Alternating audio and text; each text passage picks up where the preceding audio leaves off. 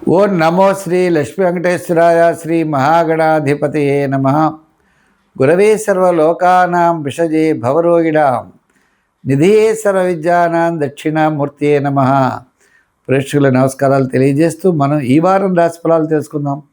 12/4 నుంచి 18/4/2026 వరకు ఉన్నటువంటి గ్రహాల యొక్క పరిస్థితులను అనుసరించి మనం రాశి ఫలాలు తెలుసుకుందాం.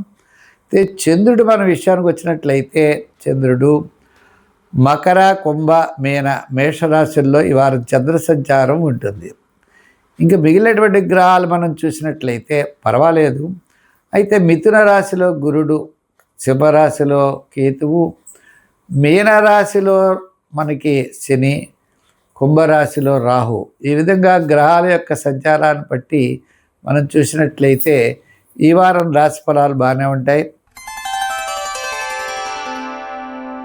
సింహరాశి, ఈ సింహరాశి వారికి ఈ వారం పట్టిందల్లా బంగారం అన్నట్లుగా షష్ఠ, సప్తమ, అష్టమ స్థానాల్లో చంద్రుడి యొక్క బలం అత్యద్భుతంగా ఉన్నది. వార ప్రారంభం కార్యజయం, ధనలాభం, వారం మధ్యలో కూడా ముఖ్యమైన వ్యవహారాలు యోగించడం, వారాంతం కాస్త ఆరోగ్య సూత్రాలు, ఇండైజెషన్ ట్రబుల్స్ ఉండొచ్చు. ఏదైనప్పటికీ ఈ వారం గత 4 వారాల కంటే ఈ వారం చాలా ప్రోత్సాహకరంగా ఉన్నది. ముఖ్యమైన వ్యవహారాల్లో తప్పనిసరిగా విజయం సాధిస్తారు. మంచి ఆలోచనలతో ముందుకు పెడతారు.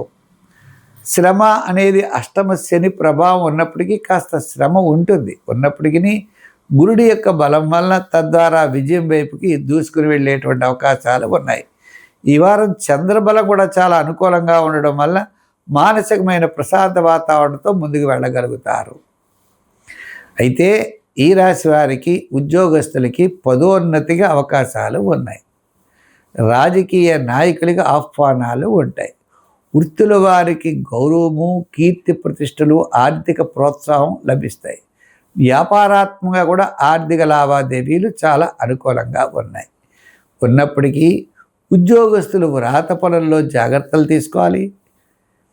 రాజకీయ నాయకులు మాట్లాడేటప్పుడు జాగ్రత్తలు ఉండాలి.